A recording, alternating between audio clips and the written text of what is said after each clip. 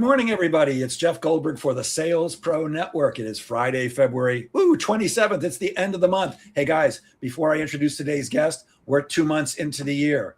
2 months, that's 1/6 of the year gone. If you are not 1/6 of the way onto hitting your goal or exceeding your goal, now's the time to get incredibly serious. And I know I probably say this every week, but what you don't want to do is call somebody like me in October and say, hey, I don't think I'm going to hit my quota. What can I do? Because my answer is going to be, you should have called me in February or March. So get busy now. Do your prospecting, meet with people, follow up. There's still plenty of time in the year left to have a great year, but don't delay. And with that, if you haven't joined us before, I'm a sales coach and trainer. I work with individuals and organizations to help them increase their sales. And if you have joined us before, you know that every Friday at 10 a.m. Eastern, I either do a live training or a live interview with somebody who can add value to the profession of sales. And today's guest is no exception. Today's guest spent years as a clinical and stage hypnotist, and you can bet I'm going to ask him about that, before he became a top salesperson, a sales manager, and a trainer for companies like, some of you guys might not know this, but I certainly do, direct marketing giant Guthy-Renker.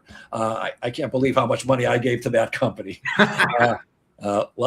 Keep laughing, Jeremy, but I sure did. I had all those tapes. I'm so old, I listened on records and then on cassette tapes. At any rate, he believes that even the most A players, the most successful, are running on beliefs that they never chose toward a life that they never designed.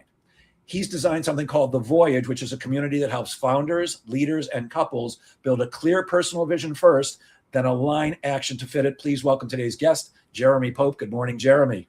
Good morning. It is. Thanks for having me, Jeff. Oh, it's my pleasure, and I'm very excited to speak with you today, Jeremy. Before we get going, could you maybe give people the 2 to 3 minute version of your background? What brought you up to this point?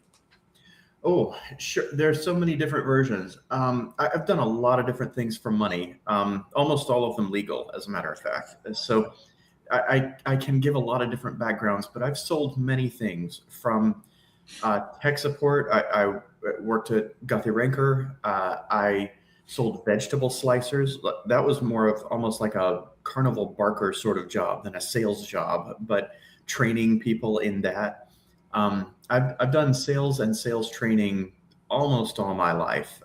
My first job was working as an uncertified paralegal for lawyers when I was 17 before I went to college.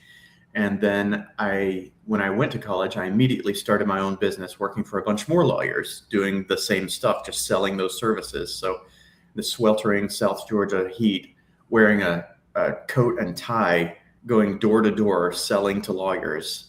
That was my entree to the world of sales, really. And it just got better and better from there, as you may imagine. So no more ties for me these days. But being a sales trainer for many years, being a salesperson for many years, and generally rising to the top of sales organizations really taught me a lot about what vision was required, the identity and the beliefs that were required for people to have, because it was me. And so realizing that when I went through a slump, whether it was life insurance and health insurance, or whether it was vegetable slicers, or whether it was tech support contracts, or et cetera, when I would go through a slump, or when my people would go through a slump, it was because of the identity stuff, the belief stuff that was hitting them just so hard. It really made it so that I kind of worked myself out of the sales field almost, because I just care so much about the vision, the identity, the beliefs, the execution, so now I feel more like a life coach than a sales coach these days. And I went through my own identity crisis around that. So there have been plenty of those for me, though. So that's a piece of it. All during that, I was doing hypnosis, clinical and stage hypnosis. I did that professionally for 13 years. And that was the first time that I ever did sales training, the first time that I did marketing training and hypnosis training. I've trained about probably 100 hypnotists. And it's not high numbers, but we had deep relationships and got to see a lot of what makes change work, what motivates people to do things. And I guess I've been blessed by the fact that I've had so much trouble changing myself over the years, just so stubborn or so stuck or so anxious about something that I can speak to a lot of different issues because I've had them myself. So that's mess into message is kind of the way I feel my story is, I guess. Gotcha. Hey, you mentioned you felt like a carnival barker with the vegetable slicer. What does that mean? Because it didn't feel like sales. It felt like a show. It felt more like theater. That job was, you go into Walmart and find your pallet full of stuff in the back, social engineer your way into the best spot in the Walmart so that you definitely don't block traffic. And then you go around interrupting people at their shopping throughout the entire grocery department, super Walmarts, I should say. I mean, I guess they're almost all that now. But for 4 minutes, you practically trot around the grocery section, interrupting people saying, hey, did you get your free fruit and vegetable peeler yet? While handing them a little orange ticket in a way that doesn't make them go, ugh. And so then you go start the show and get on the intercom system, or you carry a PA with you for the headset, depending on the store. And it's, ladies and gentlemen, the show is starting in 2 minutes at the front of grocery. In 2 minutes, you make announcements like that. But then it's, once you get on the stool, once you're on stage, so to speak, and you're slicing onions and tomatoes and things like that, it's not so much about sales. It's more about the show, the skill. The biggest difference in the skill set there is, how do you shut people down so they don't interrupt the show versus how do you listen properly in consultative selling? And that was a wild difference to me. It really took me a bit to wrap my head around that difference. And I don't enjoy that style, but I mean, I enjoyed a lot of the rest of it. And so I could get good at that one piece, the shutdown piece, to make up for the rest of it. So yeah. I pretty much figured I knew what you were talking about, because at one point, years and years ago, I started out selling Encyclopedia Britannica, and we would go to stores, set up a little booth. We weren't doing a show like that. We were calling people over and chatting to them about it. But I had set up a booth at Sears one time, and a guy set up from across from me selling Ginsu knives. And it was maybe the greatest show I've ever seen. I stopped what I was doing. I was spellbound. And he was doing what you were doing, except with Ginsu knives. And those of you, they were the original ones. They were advertised all over TV. They could slice a piece of paper. They were these supposedly amazing knives. But this guy was incredible, so much so that I waited till his audience all left. I said, dude, I've been in sales a long time. This was amazing. It was just brilliant. Love that.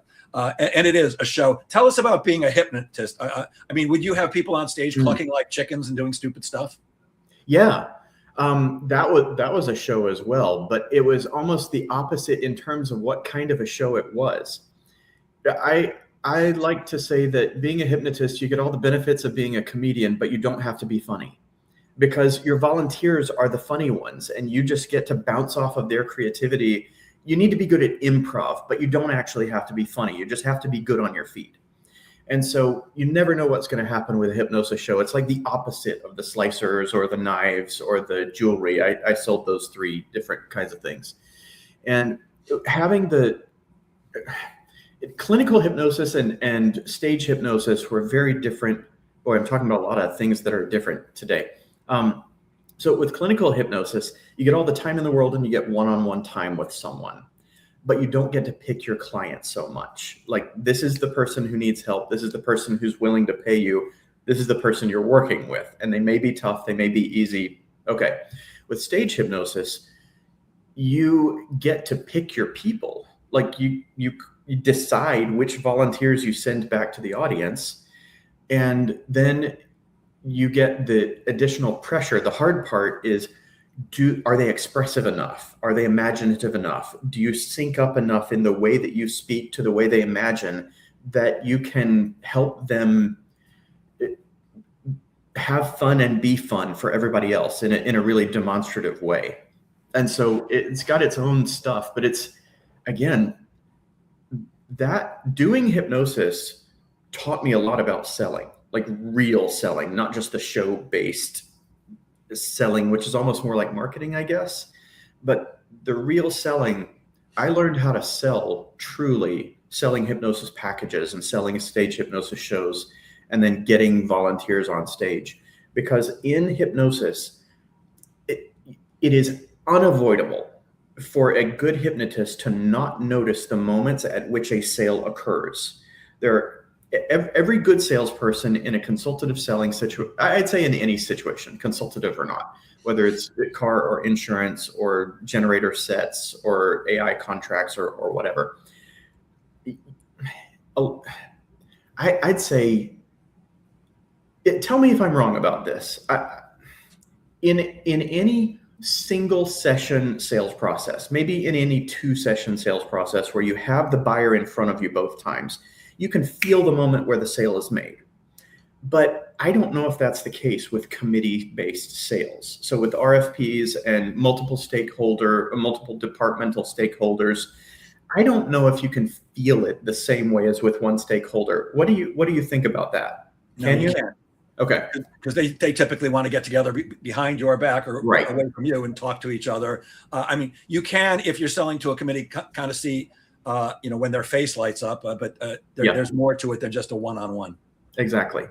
Well, those face light up moments, or whatever that moment feels like, that tipping point, I always felt like it was a literal gravitational thing. Like my balance shifted a little bit, like I was being pulled in toward the person whenever that happened, was the way I experience it. You get that 20 times in a hypnosis session or 10 times. And so you get a tremendous amount of practice on that when you're doing hypnosis. And so it makes you really attentive to that in sales as well, because when somebody buys into like, my arm is stiff, I can't bend my arm, he pushes it down and it does spring right back up, all that kind of stuff. Like, you can't get away from it. Hypnosis makes you very honest about that stuff. It happened or it didn't happen. And so with sales, I think Sandler trainers are the ones that talk about happy ears, but probably some other people use that phrase as well. Sorry, I'm ADHD shaking the table here. The happy ears, it's very easy to say, oh, well, I've got so much in pipeline. I've got so much that's the business is going to close. No, did it close? Did it close? Is it closing right now? Is it closing today, or might it close on like some other time, unspecified time? It's very easy to be dishonest with ourselves as salespeople, but hypnosis helped me be way more honest with myself. Amazing. One of the things you tell people is they should start selfish. And that sounds counterintuitive. What does start selfish mean? And why do you suggest that the most productive thing you can do when you're building your vision is start selfish? Yeah. Most people build the wrong business when they're in business for themselves. And I think a lot of people build the wrong careers for themselves as well. Not just are you in the wrong field, but have you set up the wrong relationship with your employers, with your employees, with all your stakeholders? Like, are your boundaries in the right place to have the life that you want?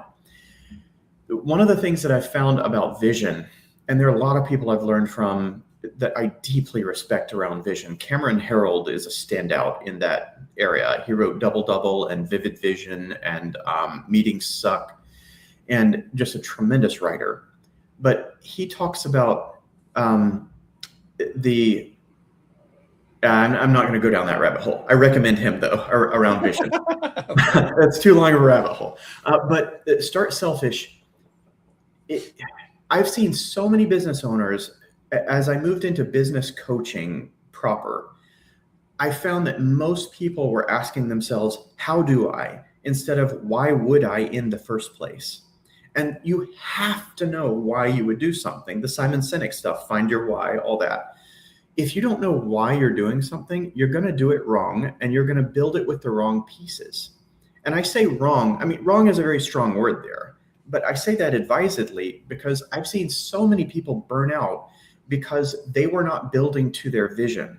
And that may have been because they didn't have a vision, which is remarkably common, or it may have been because they just didn't have any idea how much was involved in what makes that vision work. And so getting clarity on vision, you have to start with a personal life before you can start with the business side of that. So you have to start with, what do I want in life? Not what does my wife want? What does my boyfriend want? Not what do my kids want or my parents want for me, through me, because of me, for themselves, etc. What do I want for me? Maybe that I haven't been willing to admit to myself. And once you can get that honest with yourself about what you really want, what you were afraid to admit to yourself because it's embarrassing or ugly or scary or shameful or things like that, you unlock so much. Shame is like a giant padlock on everything that you could want. And once you unlock shame and free yourself from shame for wanting things, even, everything goes at that point. So that's why people need to start selfish and like be okay with being selfish there. It unlocks everything. Okay to put yourself first and then design from there. Yeah, Gotcha. truly. Most salespeople eventually hit a revenue ceiling. You say that 90% of that problem is actually internal. So what do salespeople have to do to stop doing that 90%? And what's the fastest way to break a self-sabotaging pattern with hypnotic techniques? And can we do that on our own? Yeah, absolutely, we can. I teach a few techniques for dealing with beliefs and transforming limiter beliefs into unlimiter beliefs in the voyage. We use 3D mind process that I learned from Tom Vizzini and Kim McFarland. We use a snow globe technique that's adapted from NLP stuff. There are a bunch of techniques, and you can break open a belief. Teaching the techniques would require 10, 15 minutes, and I'm happy to do a workshop on that sometime if you want. But the just encouragement of, you can break beliefs, you can transform beliefs into way healthier ones in minutes. That's the main point that I want to get across there. When you have the 90% internal blocks to getting what you want, there are mechanical blocks. But a lot of times those mechanical blocks are because you're in the wrong industry, or because you're in something that doesn't fit your zone of genius. And so that goes back to the internal stuff almost immediately, like 1 or 2 steps away. And you're back to the internal, the 90% sabotage blocks, etc. There's an author I really respect in this arena. His name is Gay Hendricks. He wrote a book called The Big Leap. It's a picture of a goldfish leaping into a bigger fishbowl. Actually, not leaping into a bigger fishbowl. If you look at the picture, it's going to miss. It's going to hit the outside of the fishbowl. I don't know why they drew it that way, but great book. And he talks about it with the upper limit problem. Are you upper limiting yourself? How long are you allowed to feel good before you have to feel bad again? How long are you willing, with all of you, alignedly, how long are you willing to feel good before you are required by your belief system to feel bad again for a little while? Because that's your comfort zone. That's where your thermostat is. I have a friend who talks about people's money thermostat a lot. Another sales trainer, great sales trainer, Jason Canigan, might be a good interview, actually. He talks about the money thermostat. And just noticed early on in his training career that he and others, once you have enough money and you're chasing something else other than money, you might not be chasing it anymore. That's okay.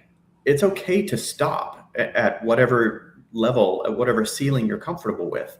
But if you are in growth mode and you need to be growing for other people, you have to have a different reason than just money, because you're going to be uncomfortable with a certain amount of money, or a certain amount of resources might be a better way to have it. A certain amount of free time, a certain amount of joy in life, a certain amount of any kind of resource.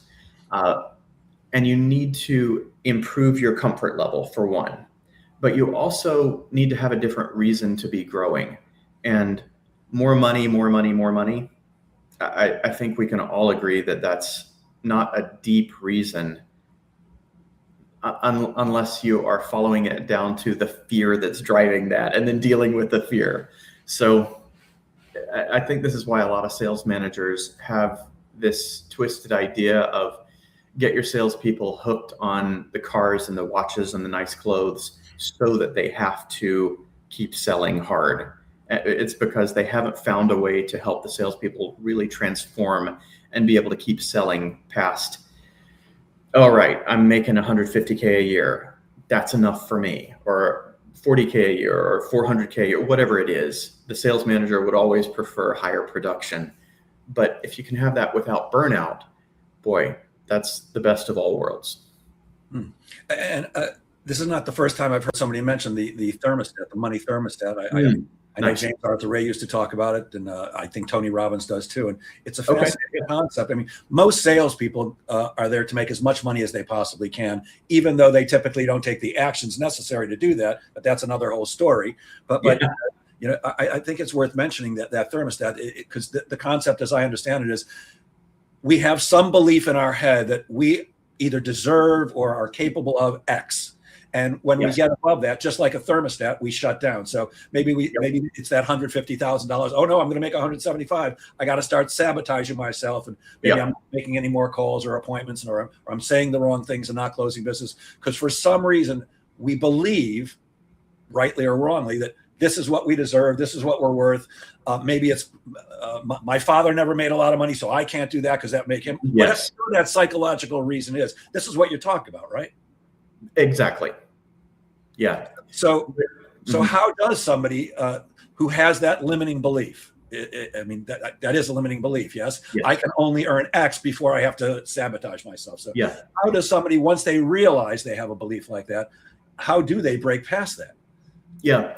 Okay. So the realization itself can break some beliefs, not typically beliefs about worthiness.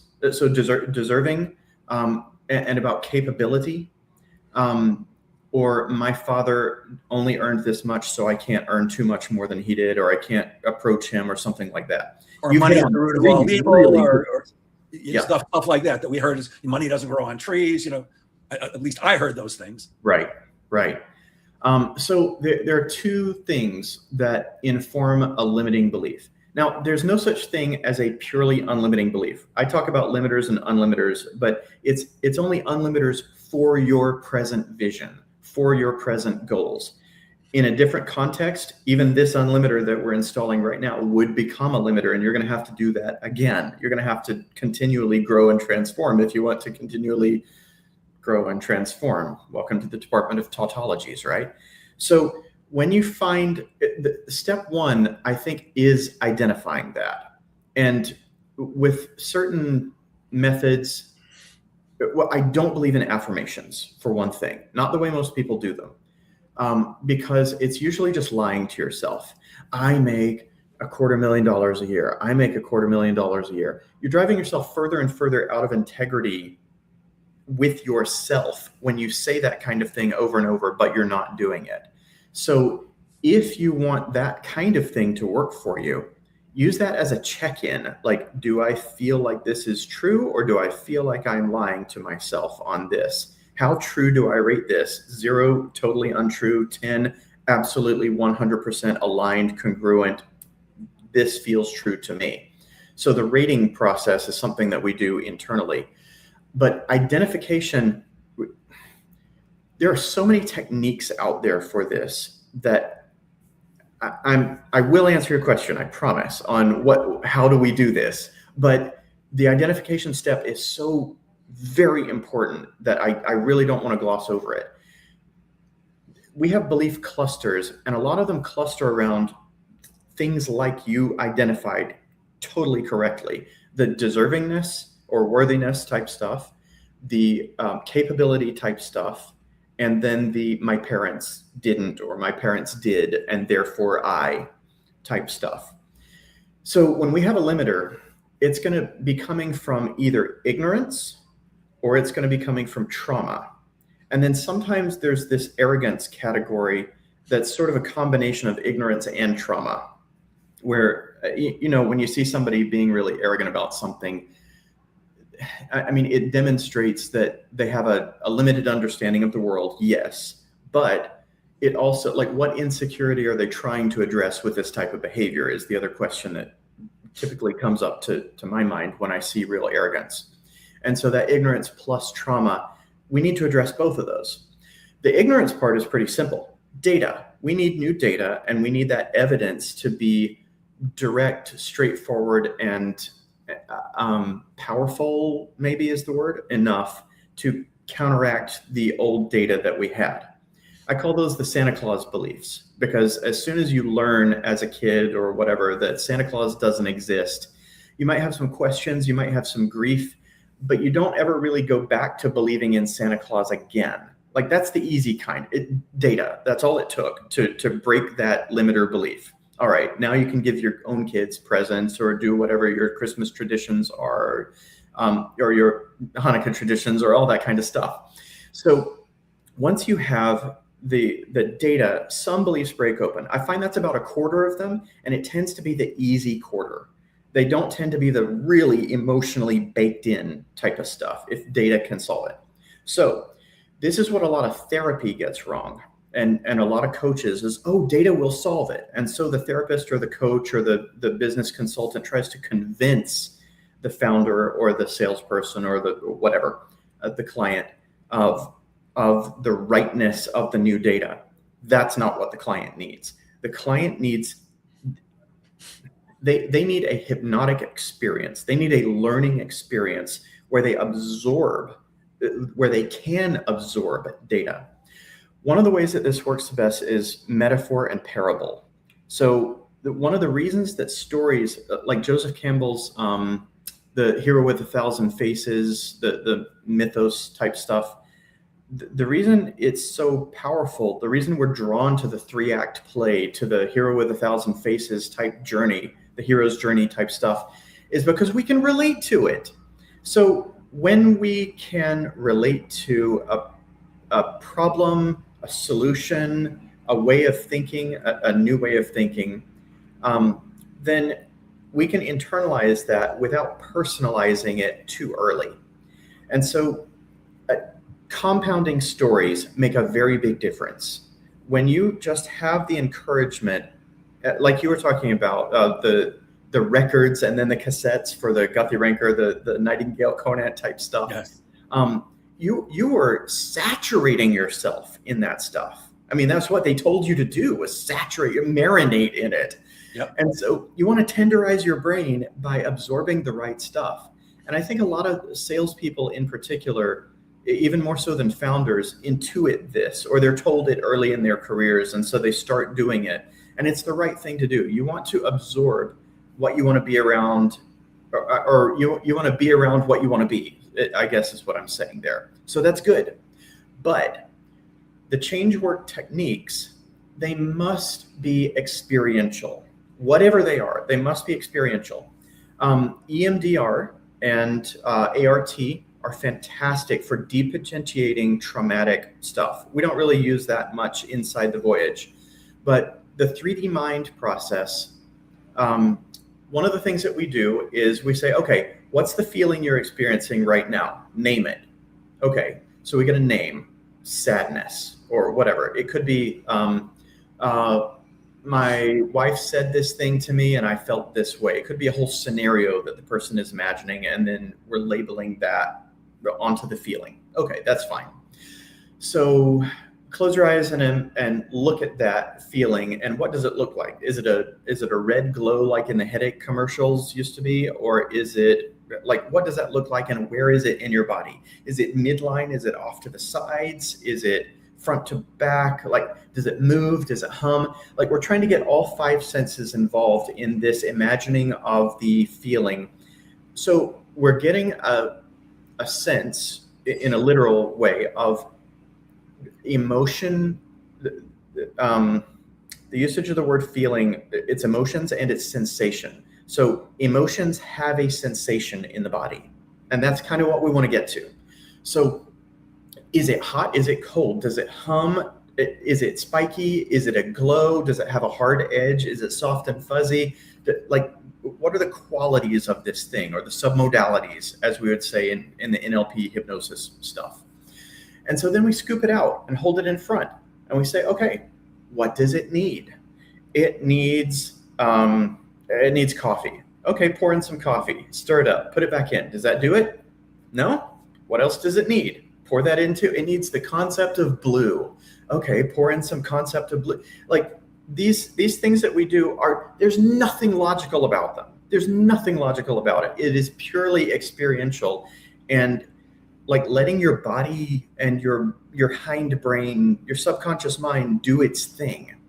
And so using that, instead of trying to convince it with knowledge, with data, that's what makes the difference. That's what lets you start rating these beliefs up and start saying these things to yourself and checking in and going, oh, I do believe this, or I believe this at a 7 rather than a 3 where I used to.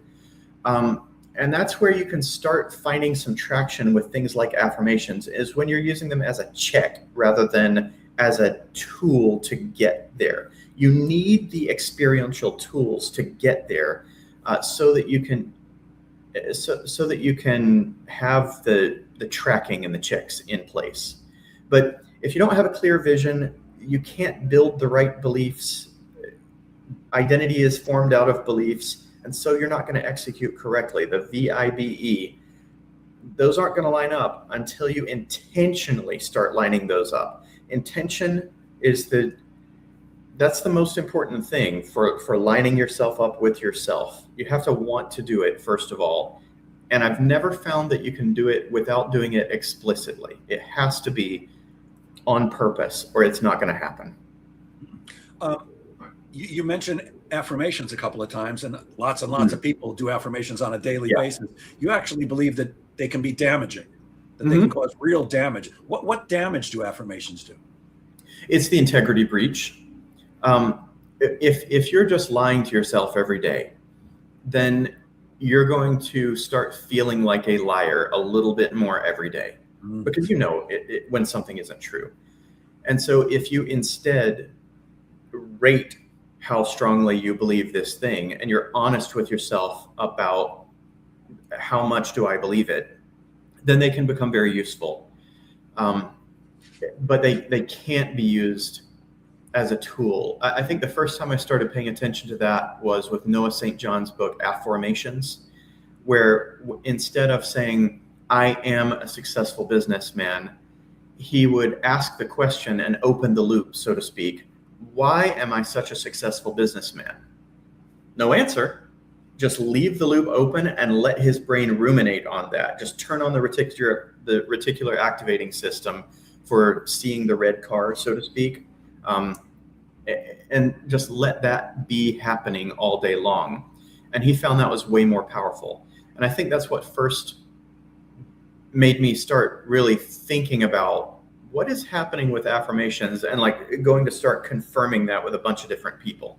And I found that the people that used affirmations most in the traditional sense of I am this, I am that, I have that, like speak it in present tense as if it is real right now.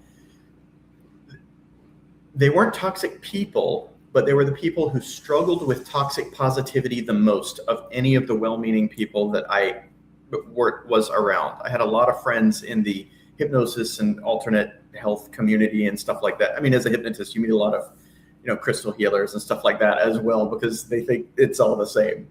But you meet tons of people who just have tremendously ineffective ways of being, who have taken a tool. They've fallen in love with a tool instead of with a problem.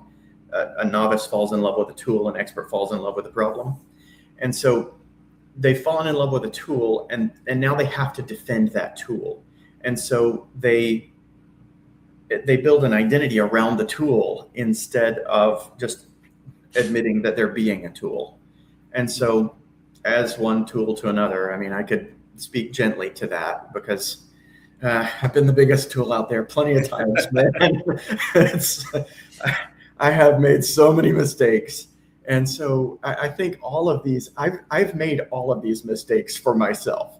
Not a one of them have I only observed with other people. Yeah, I'm a tool too. I often tell my clients, use me as the tool that I am. There you go. Exactly. We've talked a little bit about limiting beliefs, and you know, I think every salesperson that's been in sales for more than 10 minutes has at some point in their career experienced a sales slump where no matter what you're doing, just things aren't working for whatever reason. What's the quickest way to identify a limiting belief in a sales slump, and why is that not usually enough to change? I think the fastest way is results. If you're in a sales slump, then you've got some limiting beliefs. We're very quick to blame the economy or some micro version of the economy.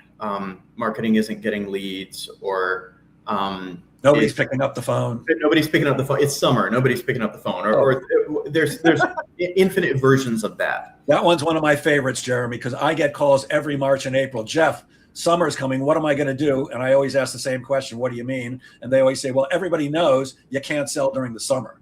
Yeah. And then I always ask the same question, which I know the answer to, but I have to let them say it. Why can't you sell during the summer? And they all say, everybody's on vacation.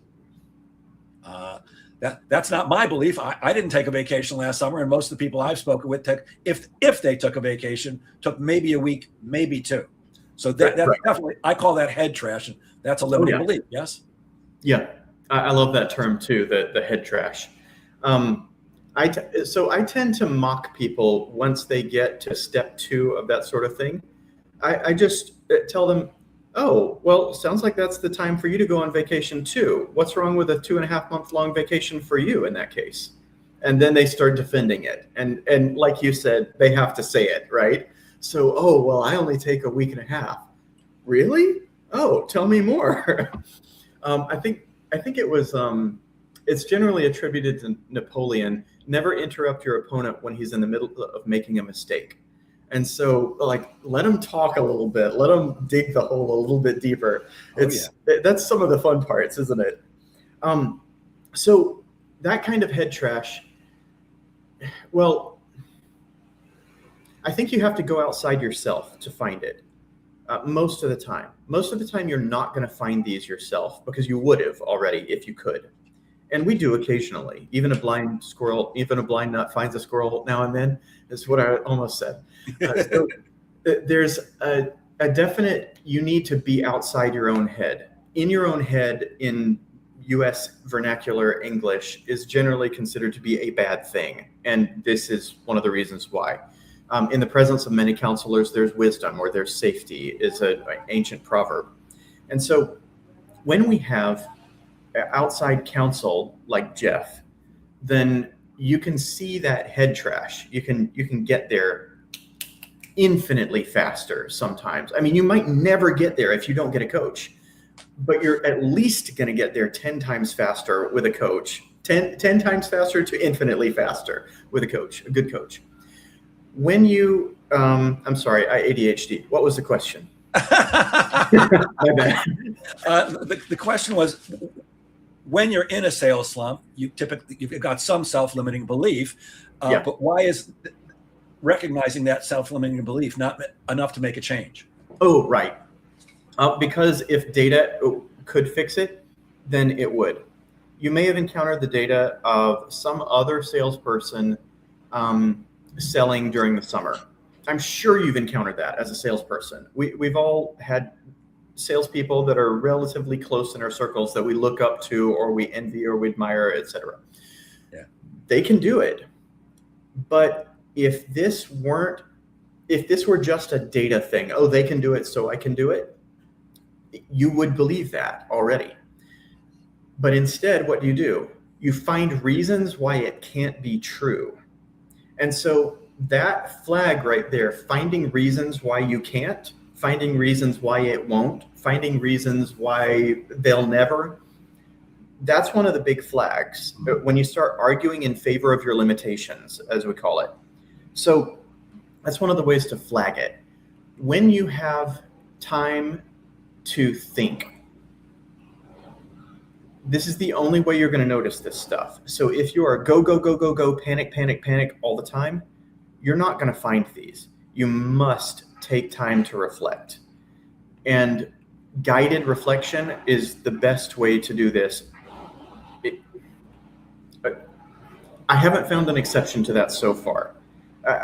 I'm hesitant to call things universal, but that one's pretty close to universal. You need someone outside of you, and you need time. I've found in the voyage that I can't really help people that much if they are not moving fast enough. I've had to limit my ideal client profile to people who are generally over busy or moving too fast, and they can benefit from taking time to reflect.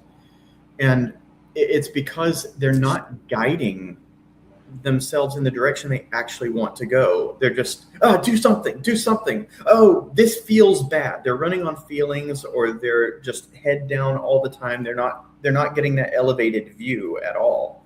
And so getting the elevated view is a very important part of it.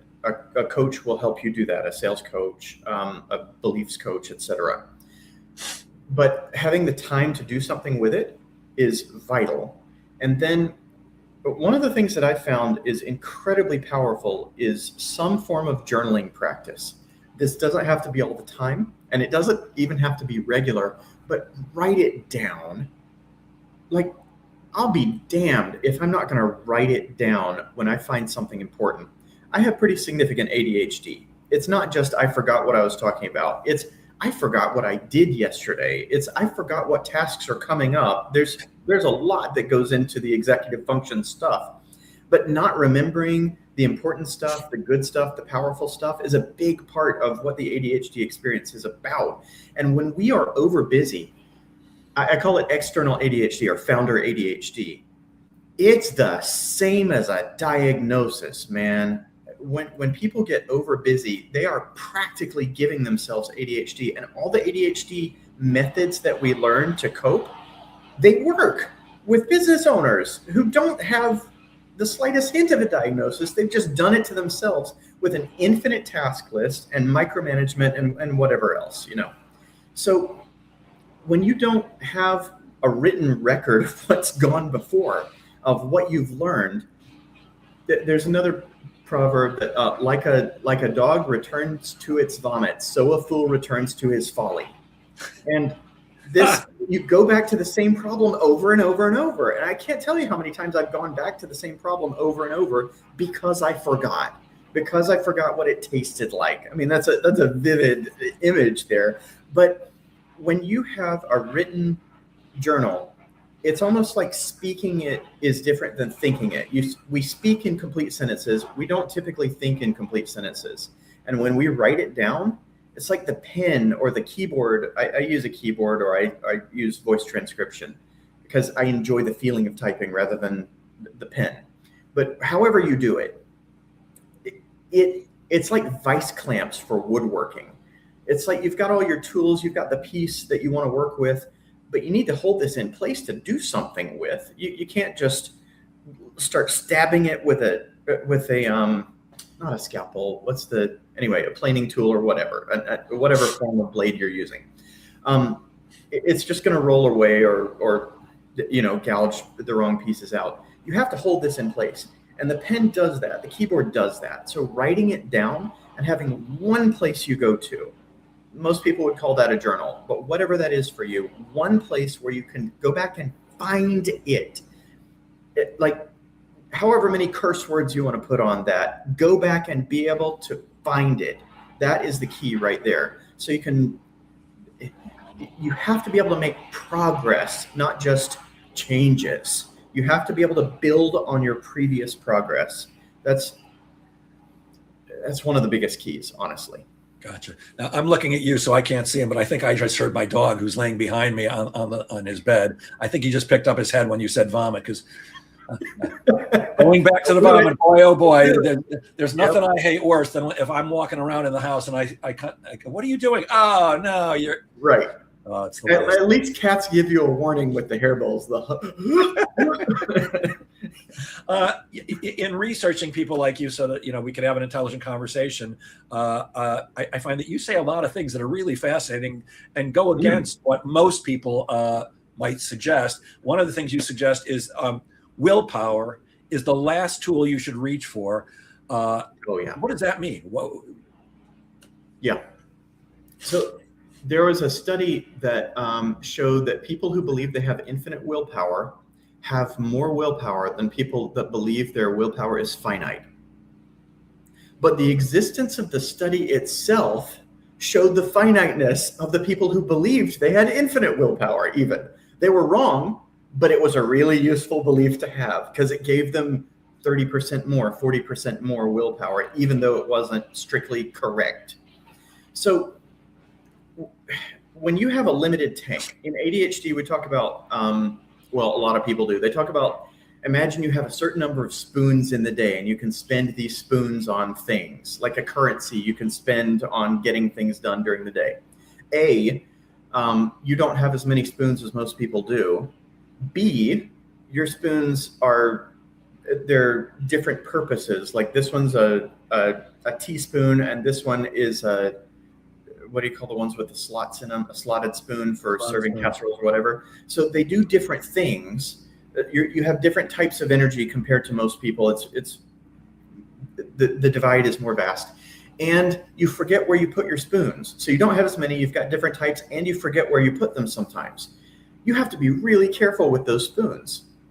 So willpower is kind of the same thing. We do have a limited tank of willpower, whether it's a big tank or a small tank, and it is going to run out.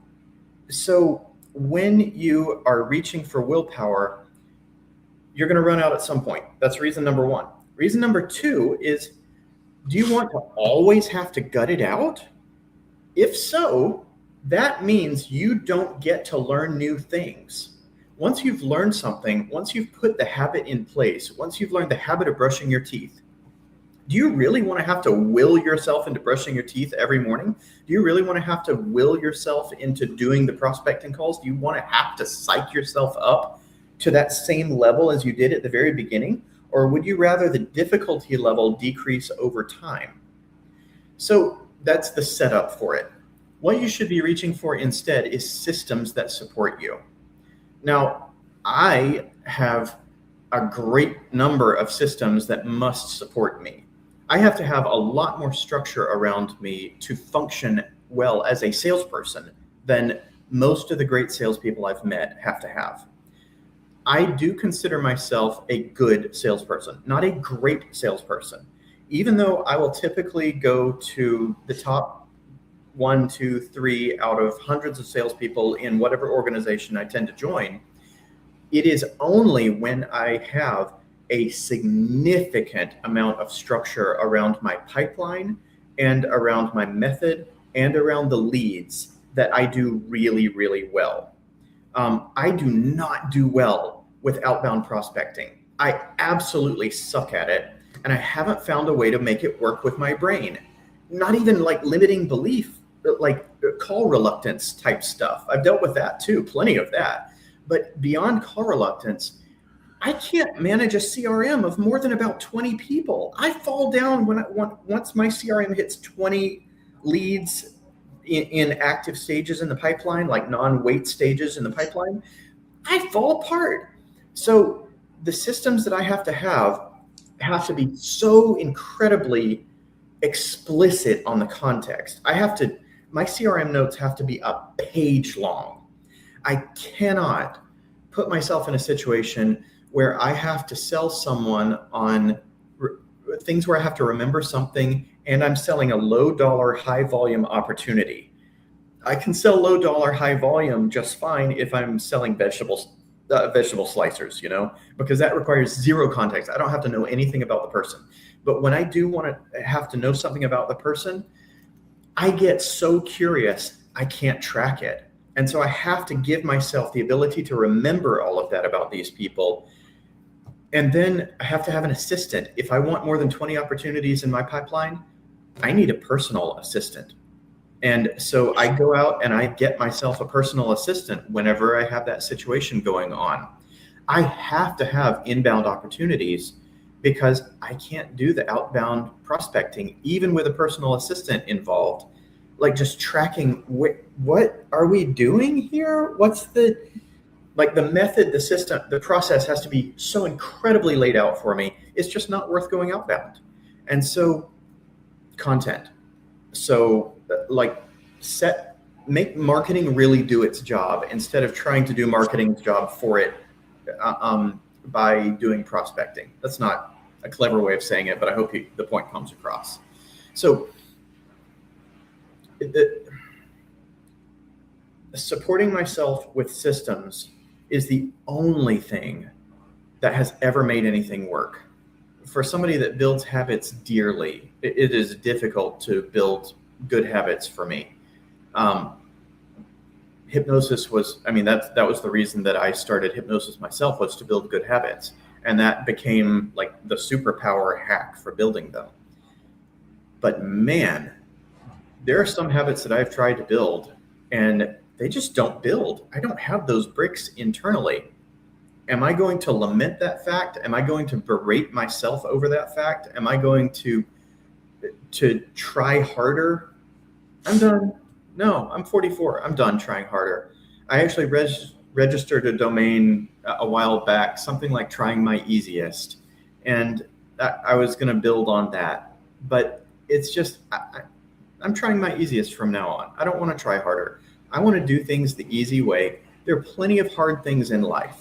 We lose people. We lose babies and parents. And, there are plenty of hard things in life.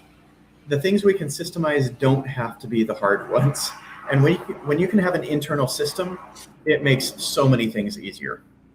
I'm with you 1,000,000%. I always say that sales is not an easy gig. And part of my goal is, how do I make it as easy as I possibly can, given that it's not an easy gig? How does addressing a foundational personal crisis make a salesperson better at their job? Oh, yeah, man. So there are a lot of people that are familiar with Maslow's hierarchy. There's some machinery outside that's getting louder and louder. Can you hear it? You're good? Nope. Okay. The Maslow's hierarchy is the idea that once you have met your confidence criteria for this level, then you can start thinking at other levels. You can start having vision about other levels. And I find this really powerful. It's not, so think of it this way. If we're talking about sales training, all this stuff we've been having a conversation about, and I start choking, how much do I care about our conversation? Not at all. Zero. Exactly zero. I'm not even going to stay alive. Yeah. I care about air. That's the one thing I care about in that moment. There's this saying that you have all these hopes and dreams, but a sick person, they only have one dream, to feel better. And it's really sappy, but it's true at the same time. If you don't have your health, you've got nothing. Like, there's a lot of, folk wisdom around that. Maslow's hierarchy represents that. It's a useful way of representing that idea. So if I don't have air, if I am on the outs with my wife, if I am not assured that I am able to eat next week, then I've got open loops going in my head. I've got huge brain space being taken up. Let's say we have 3 of those open loops at 11% apiece. That's 33% of my brain power gone that I can't use on the stuff I want to use it on. So when you resolve a foundational crisis, you get yourself to freedom. You put yourself in a pressure washing the windows is what it is. Goodness. You get yourself to a spot where you now have your brain back. And I've heard people say that phrase a lot when they start resolving the crisis. And this is the most difficult thing about resolving crises, is that not because they are difficult to resolve, I'd say most of the time, not all the time, but because we lose something if we do the simple thing. And so the fear of grief is what you're really addressing when you're addressing a crisis most of the time. You're addressing a fear of losing something, fear of loss, fear of grief, however you want to talk about that. And so when you're willing to admit, A, I'm afraid, and then B, you become willing to lose that thing, the crisis is almost over at that point. The decision itself is not hard once you are willing to lose. And so I talk about micro grief a fair amount, but that resolving foundational crises, the reason that resolving them is so powerful is because you get your brain back. And most of that is because the fear is no longer there. So when you allow yourself to grieve something that's impossible, when you allow yourself to admit that you've lost it, or admit that you're going to lose it, as soon as you make this decision, you're going to lose a relationship, or you're going to lose someone's goodwill, or I shut down a business at one point and went under hard. I augured it into the ground. And it was incredibly hard to let myself admit this is over. My friend Nitsan said, Jeremy, this is not a place where you can avoid the iceberg. You are the captain of the Titanic. You've already hit the iceberg. The only question at this point is, when will you let your people onto the lifeboats? That broke me, man. Like that week, I called all my clients and I called all my people, all my employees, and et cetera. And I shut it all down because the employees, I mean, everybody knew that it was in trouble. This was a troubled business at that point. And there wasn't anyone that I wasn't open and honest with, but I can't do it anymore is a very different thing than I'm having trouble. Yep. And just admitting, oh, this is so far beyond me that my buddy who's not even in the business can see this is over. How am I going to be kind here rather than how am I going to try and save the business? No, it's how do I save this person that I care about, the clients and employees, more hassle and trouble and their own anxiety and or despair and et cetera. So Jeremy, so it sounds like you're saying that when you deal with your foundational crisis, you're freeing up more of your brain to focus on the things that you need to focus on. Absolutely. To be successful. And I'm afraid that we're out of time. I didn't mean to cut you off, but we are out of time. And before we go, I want to share my screen and give you a chance to tell people how they can get in touch with you if they're looking to work with you or want some more information. And this will get converted to a podcast. So for those people who will be listening, instead of just seeing it, please explain for them how they can reach you if they're interested. Yeah, please connect with me on LinkedIn. I think you can find me at linkedin.com/in/Jeremy Pope with a dash between my names. It's on screen. I see it there. Okay. So I know you can find me there, as a matter of fact. So connect with me on LinkedIn, and I would love to give you a vision map. I would love to give you my 30-30 method of the ways that we build vision. And you can sign up for the Mental Model Monday newsletter as well, which is always a delight to have people telling me what they got from that. I crave your feedback on the Mental Model Monday. So is there a website? Is there a website you want to drive people to? Just go to LinkedIn. All the links are on LinkedIn there. Mental Model Monday links to the proper opt-in form from LinkedIn. So beautiful. Yeah. Well, Jeremy, thank you so much for your time today. Thank you for sharing your brilliance so generously. And I will end as I always do. Gang, please remember, sales is a game of making things happen. Get out there and make sales happen. Have a great weekend, everybody. Have a great weekend, Jeremy. Thanks. Thank you.